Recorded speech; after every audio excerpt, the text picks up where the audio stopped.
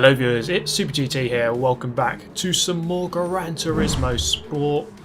Yes, we're finally back on Gran Turismo. It's been a while, and I know many of you are looking forward to seeing some gameplay on this game. So here we are then, Dragon Trail, Porsche 911 GT3 RS. So a monster of a car, and Dragon Trail is not an easy circuit. So we're going to have a couple of good races here. Qualified second on the grid, as you can see, behind a Spaniard, speedy Spaniard, up in pole position.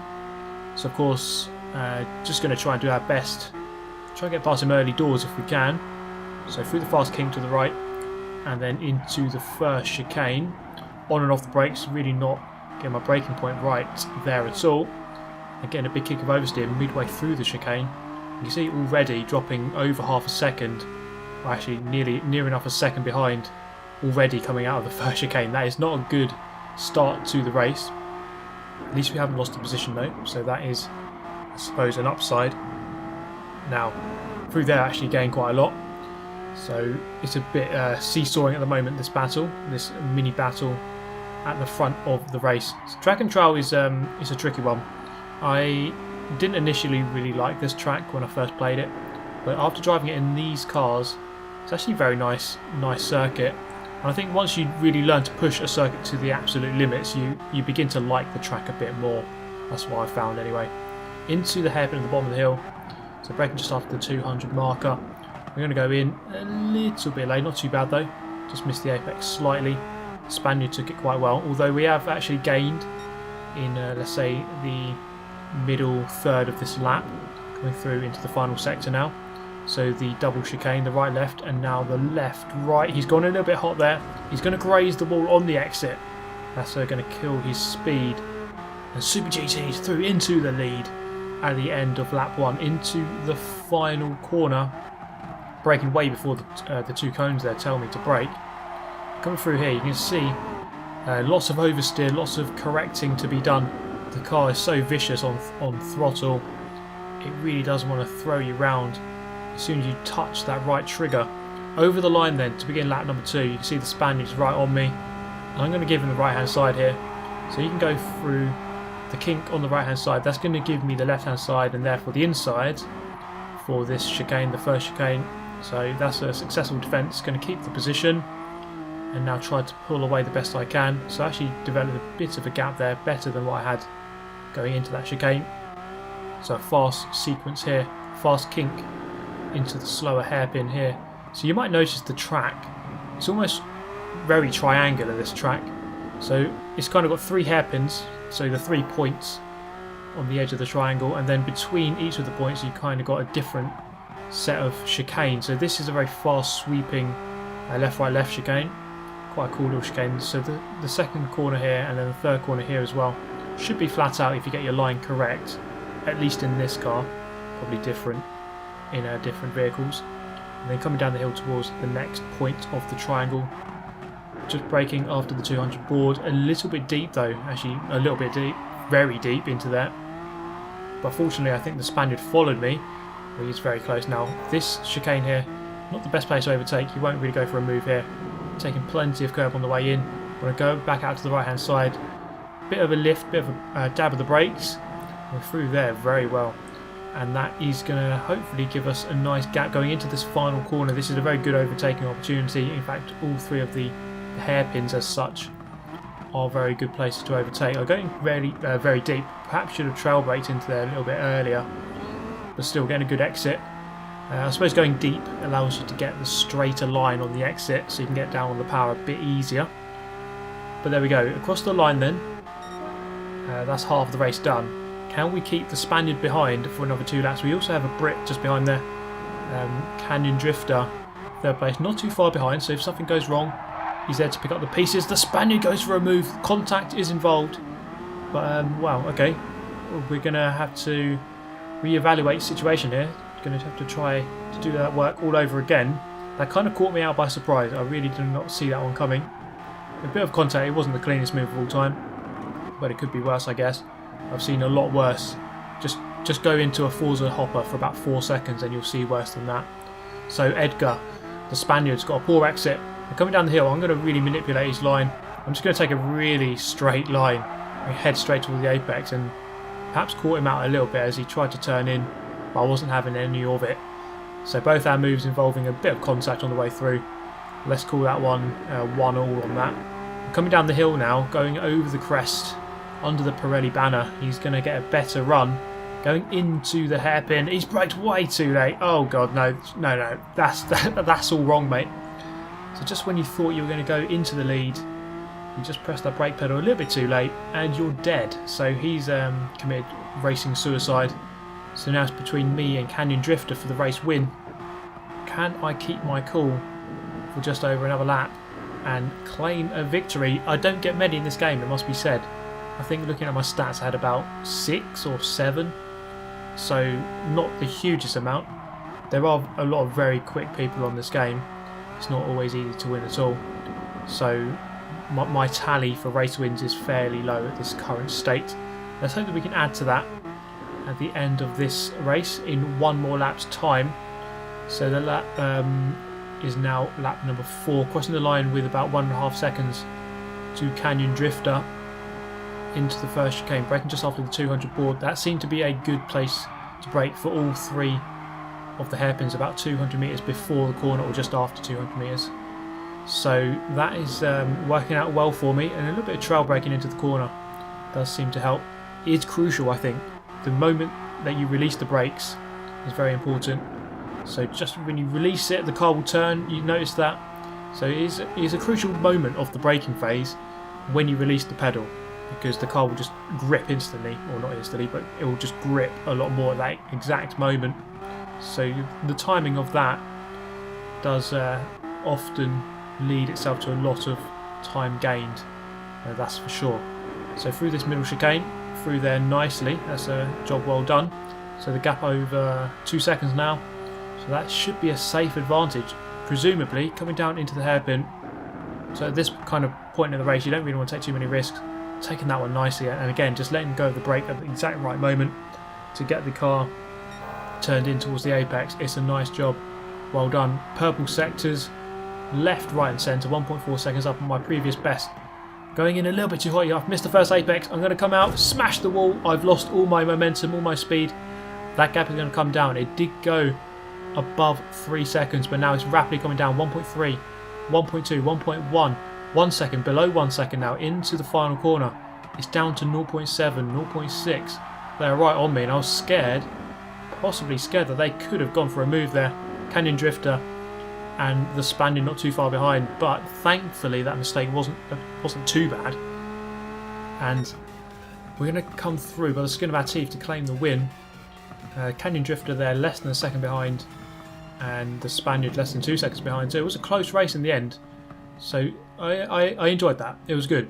It was a good battle with that Spaniard until lap 3 when he just forgot how to brake. But there we go, a rare victory for Super GT. We're going to move to the next race.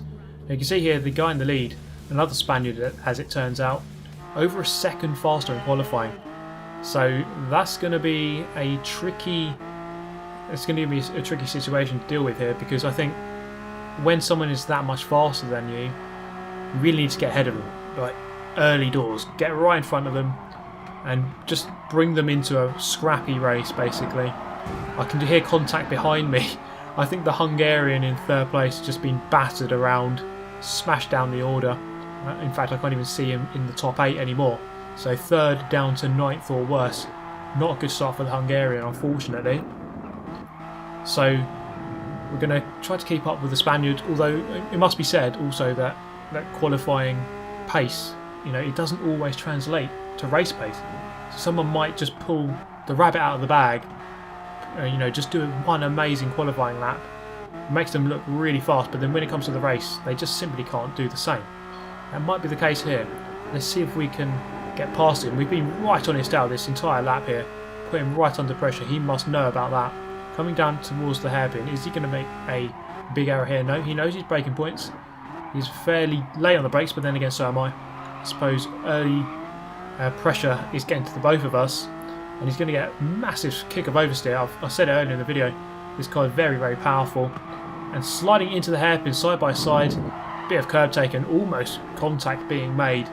just about through, no penalties being awarded to either party, so we're through into the lead. This is what we needed to see, because when you've got someone that quick, presumably that quick anyway, you want to get ahead of them really to stop them getting away. I mean, if someone's really fast, they probably know what they're doing. They're probably just going to hit their braking points. You know, if they got time and space without people hassling them, they could probably just set fast laps after fast laps and just get away and easily win. So the only way to stop that really is to get ahead of them and block the shit out of them. It's a solid tactic, and it can work, or just hope that they just have a bad performance. This guy is here. So I was over a second ahead going into the chicane, just hoping to get away. But then I just take it absolutely awfully. He's back on my tail now, so that has not gone well at all.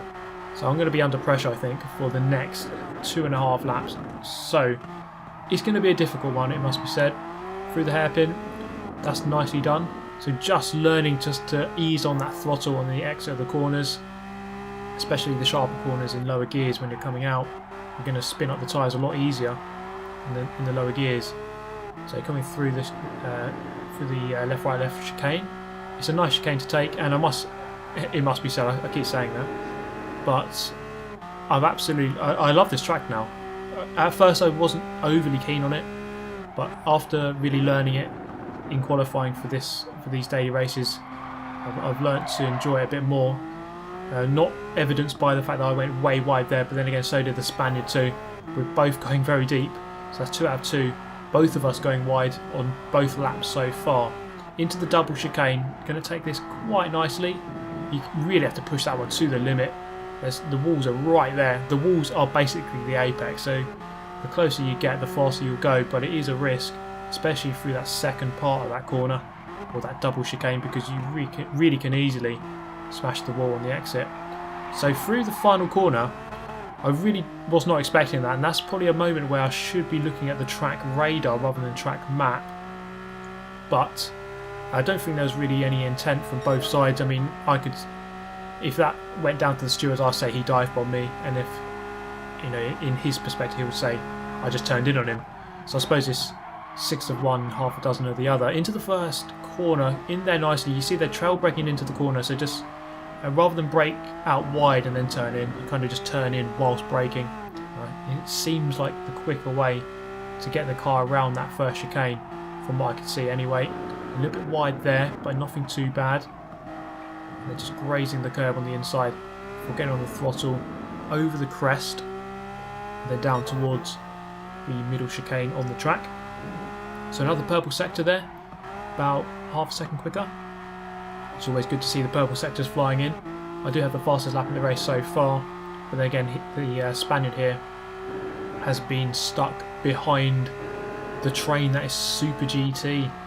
So over the crest, can we just start to pull away? The gap is now actually 1.7 seconds. That's, I mean, I wouldn't say it's comfortable, because you make one mistake, he's past you, but it's not as if he's within range to overtake, unless it's a savage dive bomb. You never know. Into the chicane then. This is the tricky one. I've made mistakes here before. We've seen it, and I'm going to go in a little bit too hot and then graze the wall on the exit. That is something you've seen before, and it's a repeat. You see just how much of an overspeed the Spaniard's got. He's going to take the lead. So a big mistake there. I should really have been very comfortable in this race. And you see actually he takes a much more trail braking line in. We're going straight into the apex while braking. I perhaps need to pick that tactic up. Now this is something you can learn. When someone fast overtakes you, just watch what they're doing. I mean, I'm picking up this trail braking technique from him, the line to take. I've improved in this race just by watching this guy, and that's a good thing in racing games. Just follow the quick guys; they show you the way. And into here, we're going to get through the exit nicely. He's going to get a big kick of oversteer. He's struggling. I'm going to get one as well. Then coming up into the fast kink, slightly alongside, he bails out really early. I think he was not prepared to go through there 2x2. So the Spaniard backing out, perhaps a sensible decision. He could perhaps live to fight another day, and perhaps challenge me going down the hill in just a few moments' time, which is probably one of the better overtaking opportunities on this lap. But then again, the final corner is probably the best place to go for the overtake. We tried it at the end of lap 2, almost pulled it off. But we should see in just a moment. So coming down the hill then, actually the gap has opened up, 1.5 seconds, 1.6. He must have made a mistake during that chicane sequence just a moment ago. We've taken that perfectly. Smashed the early apex, get on the throttle, back out to the left hand side. That gap is opening up. Now it's lap 4 and I know that I must not make a repeat of lap 3 or lap 4 of the previous race. Going in for that early apex, that is beautifully done. Should be safe now as we round out the long left approaching the final corner. We'll try and take that trail braking line in. So getting on the brakes and just heading in towards the apex, just turning in, then release the brake. I think that's a slightly quicker line and slightly more defensive too. So it covers both bases. And wow, at the end of all that, we're going to come through for another victory, 2 in a row. So, you know, mark your calendars, guys. Mark your calendars the day you were there when Super GT won 2 races in a row. Because it probably won't happen again. It's like Halley's Comet. It might come around once every 70 years or something. Now this guy, I don't know why, he kind of said he was sorry for doing something. I thought it was a really good race. I don't really think there was anything wrong with how he drove. He drove very well. You know, there was that contact at the end of lap 2, but I really didn't think much of that. I think it was fine. But there we go, guys. Some GT Sport content. Hope you enjoyed it as always. There'll be plenty more to come, of course. I hope to see you in the next one. Smash the like button if you enjoyed. Subscribe if you're new. I shall see you next time. Thank you for watching. Goodbye. Listen.